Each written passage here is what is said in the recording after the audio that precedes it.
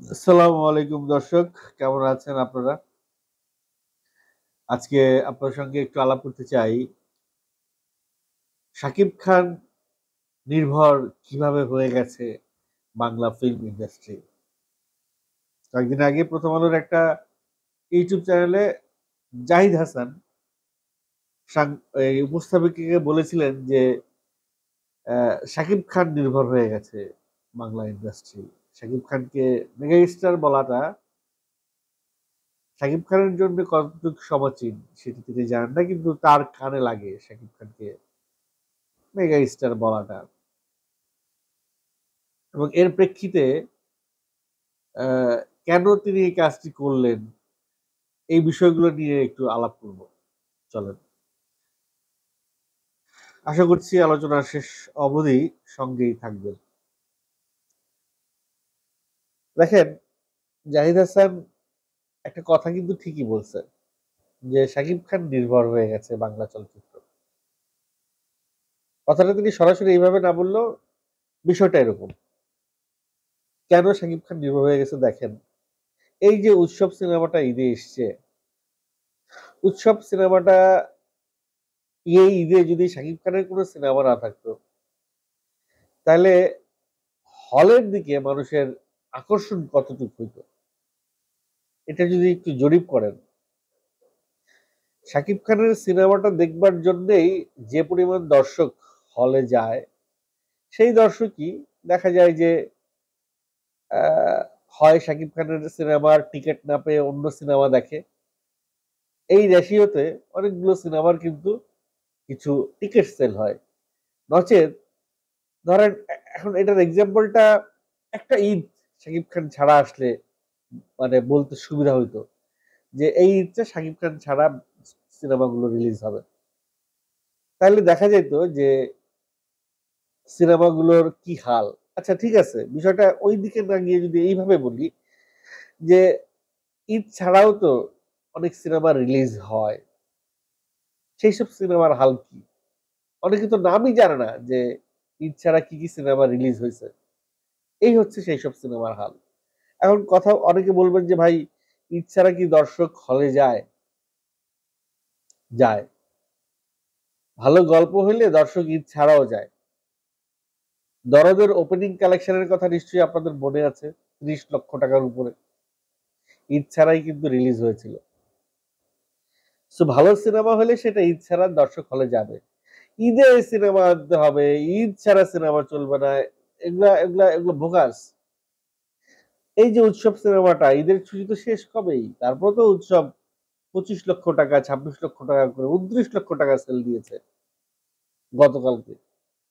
29 লক্ষ টাকা সেল দিয়েছে, যেটা দরদের প্রথম ওপেনিং ওপেনিং ডে কালেকশনের সমান। এটা কি কম কথা? সিনেমাটা ভালো যাচ্ছে, এই জন্যই দর্শক দেখছে। তো সেই জায়গা থেকে আসলে ঈদের দিন বা ঈদ ছাড়া এটা আমার কাছে কোনো কিছু ম্যাটার করে না। হ্যাঁ, ঈদের ছুটিতে কিছু লোক সিনেমা দেখবার জন্য একটা আলাদা রুটিন করে, স্বাভাবিক। ঈদ ছাড়াও করে, যারা সিনেমা দেখবে তারা ঈদ ছাড়াও ছুটির দিনেও করে। ঈদের ছুটি কয়দিন? 3 দিন, 4 দিন, 5 দিন বা এক সপ্তাহ। তারপরে তারপরে তো ঈদ ছাড়াই, সেই সেই ডে গুলো তো ঈদ ছাড়াই। 7 দিন পরে তো সেই ডে গুলো ঈদ ছাড়াই। তো আজকে কেন 4 সপ্তাহ পরে 4 সপ্তাহ এসে উৎসব সিনেমা তো ভালো যাচ্ছে? ওয়াই? কারণ সিনেমাটার ভিতরে কিছু আছে, সিনেমাটার ভিতরে দম আছে। তো শাকিব খানের সিনেমার নির্ভর কিভাবে হয়েছে দেখেন। শাকিব খানের সিনেমার সঙ্গে সিনেমা যদি বাজারে আসে, তখন শাকিব খানের সিনেমাকে নিয়ে যে পরিমাণ কন্টেন্ট হয়, সেই কন্টেন্টের সঙ্গে লেজুর ভিত্তিক একটা ইনফরমেশন সবার কাছে যায় যে আরো কি সিনেমা আছে। আপনি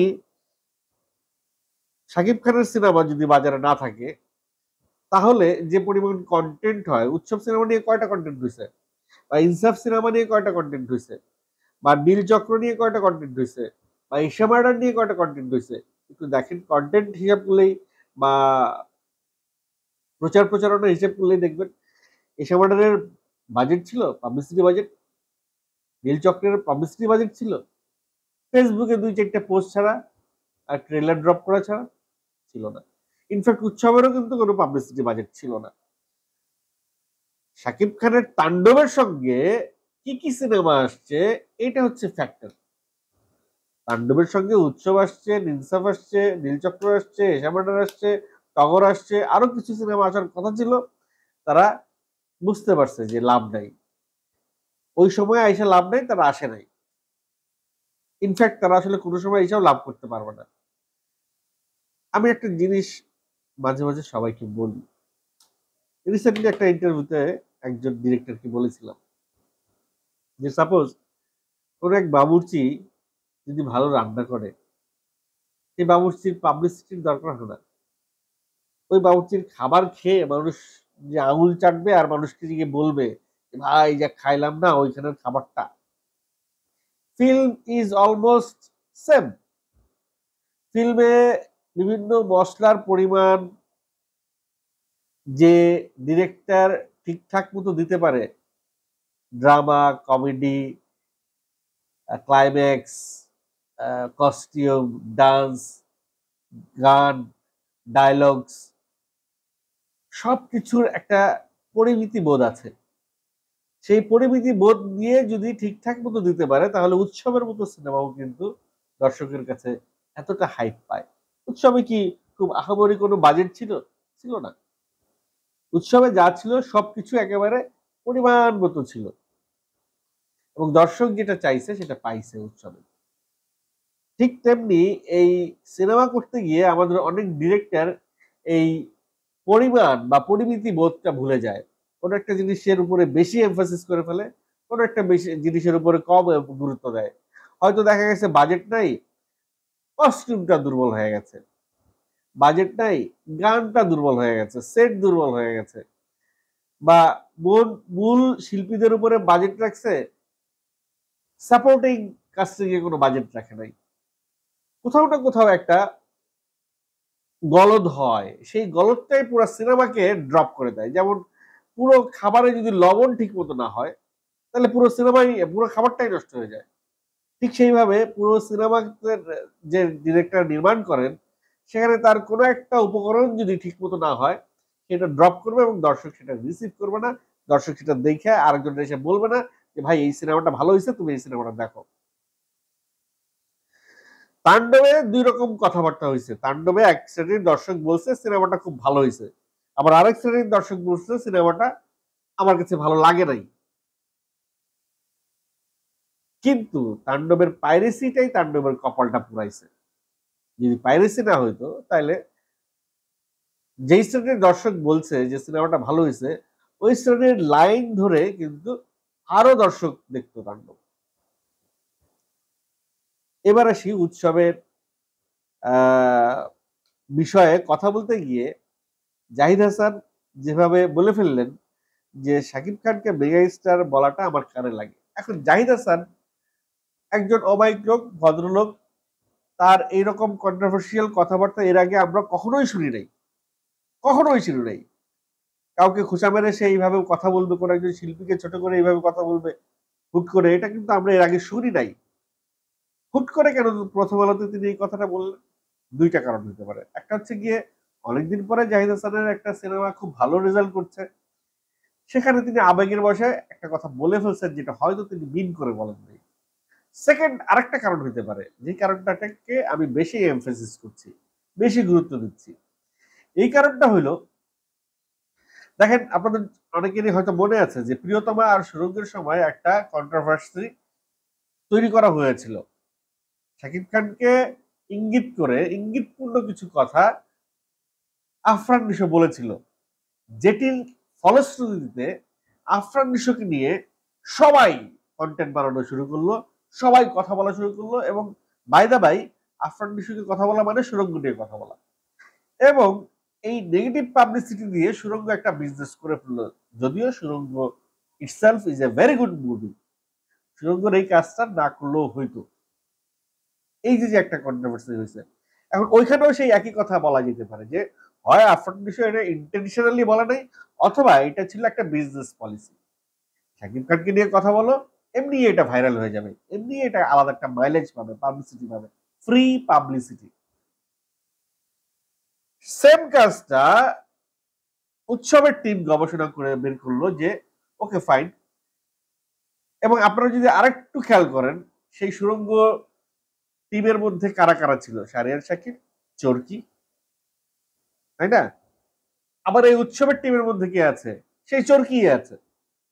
এই যে একটা নেগেটিভ পাবলিসিটি করার একটা প্ল্যানিং, এই প্ল্যানিং তাহলে চরকির মাথা থেকে আসতে পারে, যেহেতু দুইটা জায়গায় সেম ঘটনা ঘটে গেছে। সেই জায়গা থেকে আমি মনে করছি এটা তাদের একটা বিজনেস স্ট্র্যাটেজি। এটা ভুলের কিছু না, এটা এটা নিঃসন্দেহে ভুল কিছু না, এটা একটা স্ট্র্যাটেজি, দ্যাটস ইট। বিজনেস করার জন্য তারা যে কোনো পলিসি অবলম্বন করতে পারে। ভাই নিজের টুটটুট বিক্রি করে দেয়, আর এটা তো একটা নেগেটিভ পাবলিসিটি। ব্যবসার জন্য মানুষ কত নিচে নামতে পারে সেটা ইউ নেভার নো। যাই হোক, ওই বিষয়ে কথা বলছি না, কথা বলছি যে এখন সেই প্রসেসটা কি ওয়ার্ক করলো কিনা সুরঙ্গের মতো। দেখেন, সুরঙ্গ তো বিজনেস করছে, সুপার ব্লকবাস্টার হয়ে গেছে। উৎসবও কিন্তু অলরেডি ব্লকবাস্টার, 4 কোটি ক্রস করে গেছে শুধুমাত্র সিনেপ্লেক্স মাল্টিপ্লেক্সে। ওয়ার্ল্ড ওয়াইড ইনকাম তো আছেই। যে গতিতে উৎসব এগিয়ে যাচ্ছে, খুব শিগগিরই সে তাণ্ডবকে ওভারটেক করবে, খুব সিম্পল। এবং সেই গতিকে আরো ত্বরান্বিত করার জন্য জাহিদ হাসানের এই কথাটা কিন্তু আরো হিউজ একটা পাবলিসিটি হয়ে গেল, ফ্রি অফ কস্ট। উৎসবের কিন্তু পাবলিসিটিতে কোনো বাজেট ছিল না, সেই বাজেটটা উৎসব তুলে নিল জাহিদ হাসানের এই কন্ট্রোভার্সি থেকে। জাহিদ হাসান সাহেব যদি না, তার এটা কানে লাগার কথা না। একজন যাকে দিয়ে পুরো ইন্ডাস্ট্রি চলছে, যা 26টা বছর ইন্ডাস্ট্রিকে সে এত কিছু দিয়েছে, পুরো বাংলা ফিল্ম যার কাঁধে চড়ে এত দূর আসছে, তাকে মেগা স্টার বলবে না তো কাকে মেগা স্টার বলবে? আর মেগা স্টার শব্দটা সে বলে নাই, আমাকে বলো। মানুষ ভালোবেসে তাকে মেগা স্টার বলছে। আর সেই শব্দটা জাহিদ হাসানের কানে লাগবে, এটা হওয়ার কথা না হয়। এটা বলানো হয়েছে বা এটা ইন্টেনশনালি করা হয়েছে, এইরকম কিছু একটা বললেও এক্স্যাক্টলি যে এই কথাটাই বলতে হবে এমন না। শাকিব খানকে নিয়ে এরকম ইঙ্গিতপূর্ণ যে কোনো একটা কথা বলার কথা ছিল, সেটা হয়তো মেগাস্টারের উপর দিয়ে আসছে, অন্য কথা হয়তো বলতে পারতো। এগুলো সবই কিন্তু আমার ব্যক্তিগত ধারণা, আমি মনে করছি এরকম কিছু হতে পারে, নাও হতে পারে। সেই জায়গা থেকে আমি এখনো পর্যন্ত ফিল করছি যে এই কন্ট্রোভার্সিটাও সাকসেসফুল হয়ে গেছে। কারণ যেই দিন এই আলাপ হইল, সারাদিন যে আলাপটা হয়েছে, সেই দিনের আগের দিন ছিল 20 লক্ষ 19 লক্ষ টাকা, আর 29 লক্ষ টাকা হয়ে গেল পরের দিন। 25 লক্ষ টাকা আর 29 লক্ষ টাকা এরকম বোধ হয়। যাই হোক, আমার আগের ফিগারটা মনে নেই, আপনারা একটু খেয়াল করে দেখবেন যে এর আগের দিন কত পেয়েছিল। আচ্ছা, আমি 29 লক্ষ টাকা বলছিলাম বারবার, এটা 23,27,000 টাকা, এর আগের দিন 19 লক্ষ টাকার কাছাকাছি ছিল। তো এই যে সেই 25তম দিনে এসে 4 কোটি টাকা ঢুকে গেছে উৎসব, আর 25তম দিনে তাণ্ডব পাচ্ছে 6 কোটি টাকা। মানে তাণ্ডবের প্রায় 6 গুণ বেশি টাকা একদিনে কালেকশন করছে উৎসব। যদিও পাইরেসি এখানে একটা বিশাল ফ্যাক্টর, পাইরেসি না হলে তাণ্ডবও আরো অনেক টাকা আয় করতো। যাই হোক, এখন এই যে উৎসবের যে ইনকামটা ধাপ করে আরো 3 লাখ টাকা বেড়ে গেল একদিনে, 3-4 লাখ টাকা, এটা কি এই কন্ট্রোভার্সির রেজাল্ট? আমাদের আরো কয়েকটা দিন অপেক্ষা করতে হবে। কেবল তো কন্ট্রোভার্সিটা শুরু হয়েছে, এই কন্ট্রোভার্সি উৎসবের উপরে কোনো ইম্প্যাক্ট আদৌ ফেলতে পারে কিনা সেটার জন্য আমাদের আরো কয়েকটা দিন অপেক্ষা করতে হবে। আরো 2 বা 3 দিন পরে বোঝা যাবে যে উৎসবের উপরে এটার কোনো পজিটিভ ইম্প্যাক্ট পড়েছে না নেগেটিভ ইম্প্যাক্ট পড়েছে। তো যাই হোক, আপনাদের কি মনে হচ্ছে এই কন্ট্রোভার্সি উৎসবের আয়কে বাড়িয়ে দিবে? উৎসবের আয় এমনিতেই এটা এরকম এত বৃদ্ধি পাবার কথা ছিল, বা এই কন্ট্রোভার্সি উৎসবের আয়কে আগামী 3 দিন বা 2 দিন পরে আরো কমায় নিয়ে আসবে কিনা? আপনারা কি ভাবছেন একটু কমেন্ট করে জানিয়ে যাবেন।